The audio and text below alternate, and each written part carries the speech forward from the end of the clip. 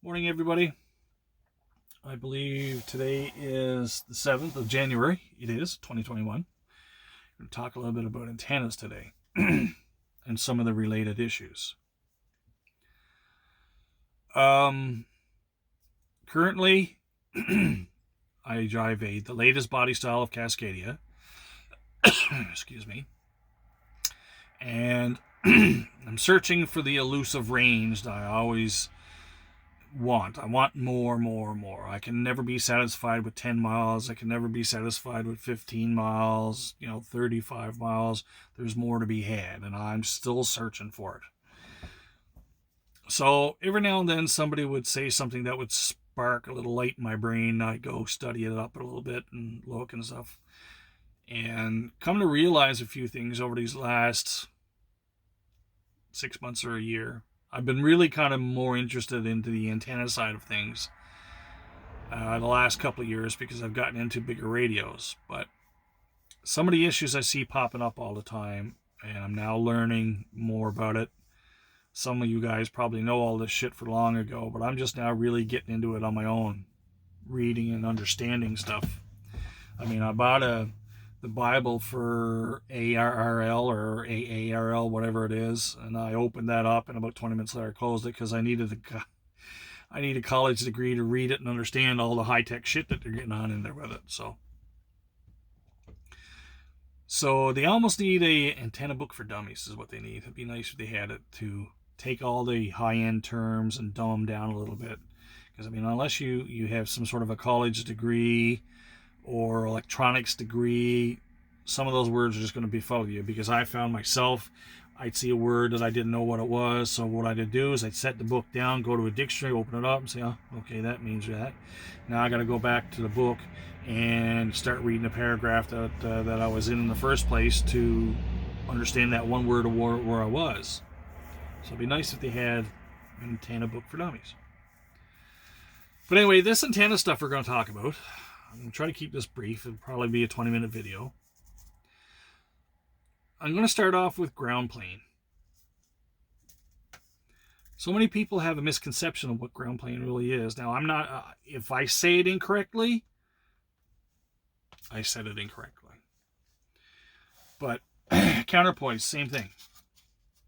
We're going to use this as a representation of counterpoise. I'm going to use this as a representation of an antenna. Okay. Now, this is going to be a roof of your typical car. You're sitting in your home, in your car, at your driveway or whatever it is. You set up your antenna. Everything's beautiful. All your numbers are right because you went out and bought yourself an analyzer and decided to, do things the right way. Don't buy those cheap SWR meters and think just because SWR is right, everything is cool. It's in the ballpark, but it's not. I figure if you got the money spent on a radio and an antenna and took the time to install it, hopefully you did it correctly, that you buy the gear to set up what you want correctly so that you get the most benefit from it. And this is the conundrum that I'm in. I'm always searching for something more out of my setup because of something I've done wrong or something I didn't understand or whatever. Sometimes even the technicians that you go see to adjust your antenna or whatever it is are wrong or don't know what they're talking about. But anyway, ground plane. You can take just about any antenna, put it on a car or pickup, and it'll work pretty decently, assumingly that it's been tuned correctly. And counterpoise, ground plane, same basic thing, is the antenna seeing itself. That's what it's searching for. And it needs to see itself. But if it don't, like if you try to put an antenna on a stick, it won't work. And if it does, it won't work very well and won't get you very far. But if you put it on a big flat surface, holy shit, now you're going to have a much better range. Because that reflective surface, such as the roof of a car, that's now your ground plane. Counterpoise. Same thing. Now, in a truck, we don't have that ability in an 18-wheeler. Like if you got a home base station, yeah, you got it made. As long as you got enough room in your garden to start putting out some ground cables. On a car, whether you magnet mount it or puck mount it, you're doing great. But any of those little stupid little fender mounts or your bumper mounts, crap, I wouldn't even bother. It's a waste of your time. Because you don't have that big metal mass sheet underneath your antenna. And that's a problem we got with trucks. We don't have that ground plane. Ground plane in the car is this. Ground plane on a truck. When you mount it to the door of your truck, goes for something like this to, now it's this. This is what you see. If you're looking from the front of your truck to the back, that's now your ground plane, which ain't sweet frig all. So how do we combat that? As best we can. We start using braided ground straps. Now, unless you're a real rookie and you're not mechanically inclined, you probably know what a ground strap is, or a braided ground strap. It's just like when your mom used to braid your sister's hair. Same idea, but it's a ground strap that's electrically meant for electronics and stuff. So what we do in that case is that we take our braided ground straps and we start connecting little spots, little distances between two metal pieces of your vehicle. And it's a way for RF to travel. So for example, on my Cascadia here now, I've got 3 straps on my door and I'm connecting 2 hinges at different spots. Each hinge has 4 bolts. 2 up top for the, 2 or 1. 1 on either side. 1 for the cab side, 1 for the door side. On the bottom part of that same hinge, same thing. And then on the hinge further down the door, same thing again. So what I did is I bought braided straps. And I connected those 4 points. 3 points, because now I've got 3 straps on 2 hinges. So that's as best we can do for that. So now we've kind of solved that problem of ground plane a little bit. So now we're going to get in our truck and we're going to tune our antenna. Our numbers are spectacular. Woohoo! We're laughing. We we're hearing, I'm just going to, the simple number for the sake of argument. We're hearing 10 miles. Now, don't get me stink about, my radio can get 50. Never mind, we're just making things simple. So now we're doing 10 miles based on the tune-up that I just did on my radio, my antenna, and my ground plane is great, and blah, blah, blah, blah, blah. Well, all of a sudden you get on the road and you go, he's only 3 miles away and I can hear him. Well, why is that now? Well, unless you have one hell of a firm antenna, your antenna's bending. Now, 2 things are going wrong there. Okay. Remember this ground plane I was talking about? Whether it's, where's the bend? Whether it's this or that. Okay, we're going to start losing it pretty damn quick here shortly. Because let's do this for trucks, for basically a truck. This is representing the door of the truck, and the antenna is mounted on the door, on the mirror arm. We're driving down the road, and the wind is coming at us like this. Okay. So now, let me do it this way. This is the door like you would look at if you're looking at your door. So we're driving down the road. When we leave the house or truck stop or wherever we had it tuned, your antenna is nice and straight and everything's beautiful, right? Well, as we start going down the road, we're losing it. We're losing our ground plane. We're losing our reflective surface for our signal to bounce off of. Because our signal needs something to jump off from. Instead of having all that, we're half that. Now I'm bending this at extreme just to show as an example. This is not exactly, but we start losing it. So now we're losing our ears and transmittability. It may not be much, but it is some. I did my own tests, and it can be quite a bit, depending on the antenna you use and stuff. And that'd be another subject. So now we've lost our ground plane, even though we've added braided wires, but we're still doing pretty good. But here's another problem too. Now that our antenna is bending and we're losing ground plane, we're losing transmit and receive to some extent. Now our tune is now going away from the radio, or from the antenna, meaning the antenna tune is now off. Why? Because now our antenna is now electrically getting longer.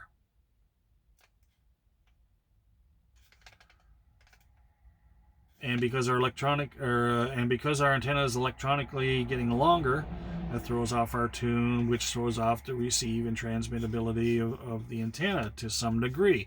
May not be a lot, but it don't take much to go from, we're going to, for the sake of argument, 10 miles down to 8 miles down to 5 miles. Well, unless you got a firm antenna, there's no way you're really going to fix it. This is also, too, now it's going to help a little bit your antenna of choice. So when you're sitting still and your antenna is nice and straight and we're getting the 10 miles, what kind of antenna would you think you should be using? Would you use one with like we're using a Cascadia as an example, or the Kenworths that have the lower mount points and stuff? Would you use an antenna that has a coil about halfway through or down low? No, it's not. Although it could be a great antenna, it's not a great antenna for that choice. It's not a great antenna for your truck. I mean, if you're in a new truck every 6 months, you're going to need a new antenna for that truck. Now, my suggestion for any of the Kenworths, because I think they all have pretty much the same antenna or mirror bracket setup, I believe. I would use personally a top-loaded antenna. A top-loaded antenna is basically the coils of wire. If you look at a fiberglass antenna, you can see the coil of wire barbershop pulling its way up towards the top. When it gets to the very top, there's a whole bunch of wire winds right at the very top, all concentrated in one area.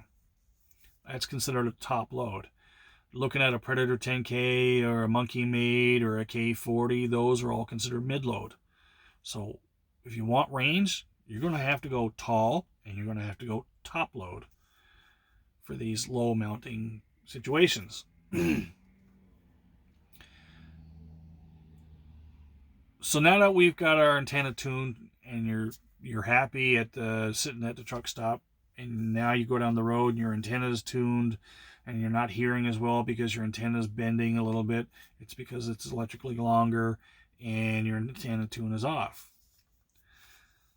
So now that, assuming we've got the right choice of antenna, assuming that all our gear is quality stuff, I'm not talking about going out and spending the best dollar you can spend. I'm talking about quality gear. I'm not talking about, a $100 antenna stud or $200 on coax. Just because you spend a lot of money doesn't mean it's good money.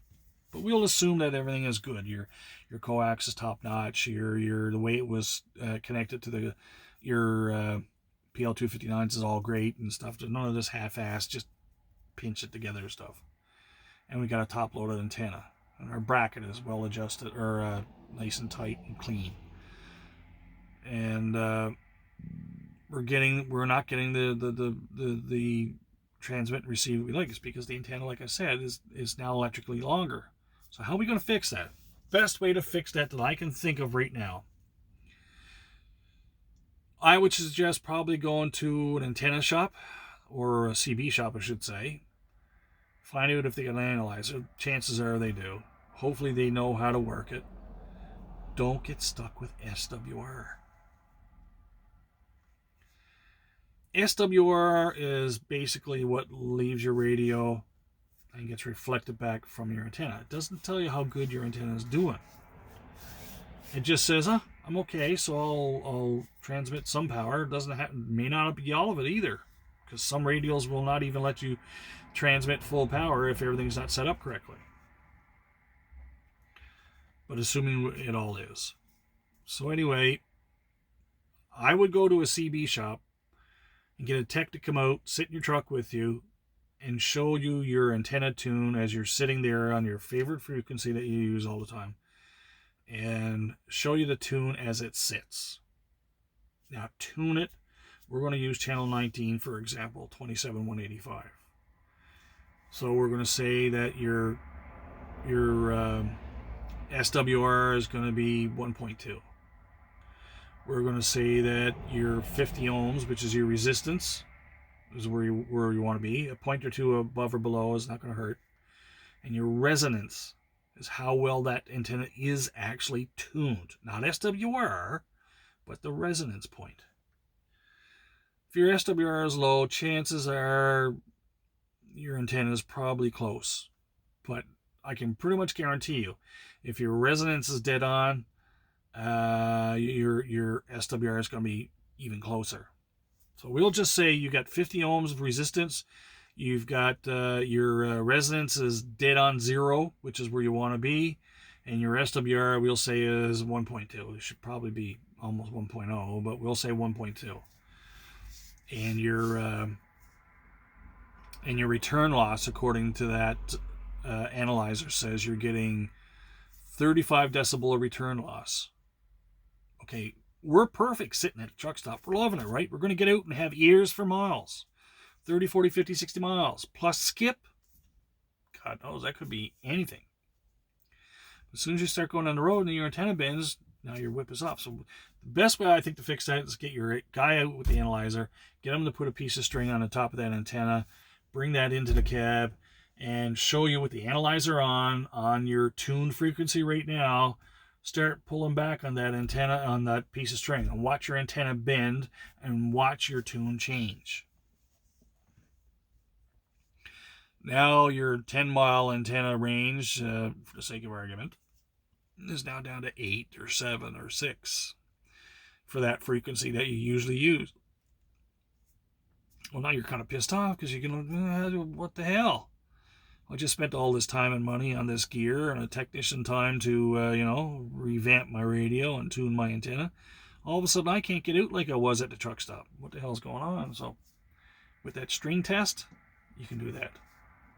You can see. And what do? You tune for that. Allow a little bit of leeway for it, because it's never going to be perfect, no matter where you go, unless you have one hell of a stiff antenna. But that's going to put a lot of strain on your antenna mount. But anything that's going to have some flex to it, yeah, you're going to have that issue non-stop. But to combat that in the biggest way, we're going to say at 65 miles an hour, if you've got a 102-inch whip, if you've got a Predator or a Monkey Made or the Wilson 2000 and the whip bends, take notice of that at about 60, 65, 70 miles an hour where you normally drive at, and just get a rough idea where that thing bends. And get that technician to put the string on it, pull it back, and show you the tune then, and then tune for that. Tune for when you drive down the road. Don't tune for sitting in the parking lot.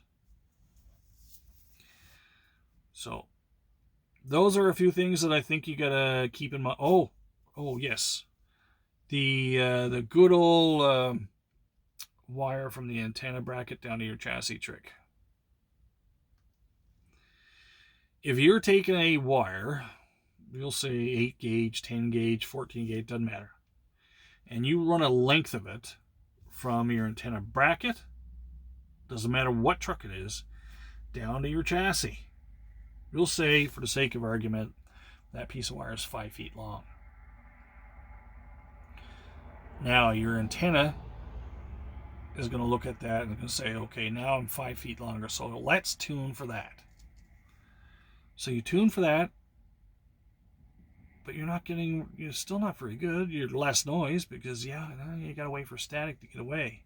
But in reality, you're getting ghost numbers. None of those numbers mean shit anymore because now you've extended your length of your antenna. So don't do that. Go back to the braided straps comment that I made in this video and find a way to start connecting, for sake of example, 10 pieces of metal on your truck together. And what we want to do with that is we want to use braided straps. Braided straps being 6, 8, 10 inches long. Keep them as short as possible, but allow enough room for, like, if a door opens or your cab off your chassis sway or by your shock mounts or something like that, doing this. Leave yourself some room for that. Keep in mind that unless you have a super stiff antenna, that as your antenna bends with the wind, It's going to change your frequency. It's going to change where your ground plane is helping you to now something that it's hurting you. So keep those things in mind. So once again, braided straps will help there. Not fix it, but it'll help. And when you start tuning, tune it for when you're on the roll, not when you're stopped. Because when you're stopped, you're only probably talking to the boys at the truck stop anyway, unless you're big into it, or you've got a separate setup that you can use, that your antenna's 25 feet high off your the deck of your of the back of the cab there. It's up to you how you do that, but and I hope this video is going to turn out to help somebody else, because with the little bit of reading that I did, I figured some things out. It may not be the best way, but I figured some things out, and I've understood a few more things. I've understood now that, when I thought I was doing much better than I have been, I'm not doing as good as I could be. I just got to figure out how to combat it all. So I may have to change my antenna to get what I want, or I have to find another way of fixing ground plane and keeping this 102 inch from doing that, or I'll have to change my tune to compensate for all this. But in any case, hopefully I haven't repeated myself too many times. Hopefully it's not too boring. Hopefully somebody's learned something from it, and if you have, give me a thumbs up. If you haven't, tell me what's wrong. Tell me if I said something wrong. Tell me, I don't know, whatever it is. If you got something to say, tell me. More than welcome to hear it. Talk at you later.